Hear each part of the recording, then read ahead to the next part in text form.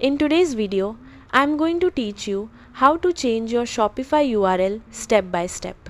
First, head over to the Shopify website and log into your Shopify account using your email and password.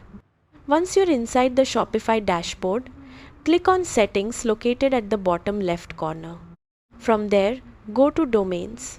This is where all your store domain settings are managed. If you want to change your myshopify.com URL, look for the option to change your Shopify domain. Type in your new Shopify URL carefully. Make sure the name matches your brand and is easy for customers to remember.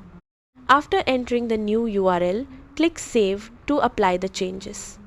If you want a more professional website address, you can also buy a custom domain directly through Shopify by clicking Buy New Domain.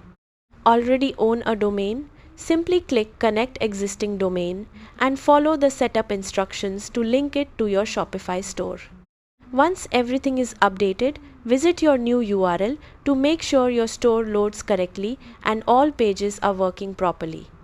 Changing your Shopify URL can help improve branding, make your store easier to remember, and create a more professional online presence.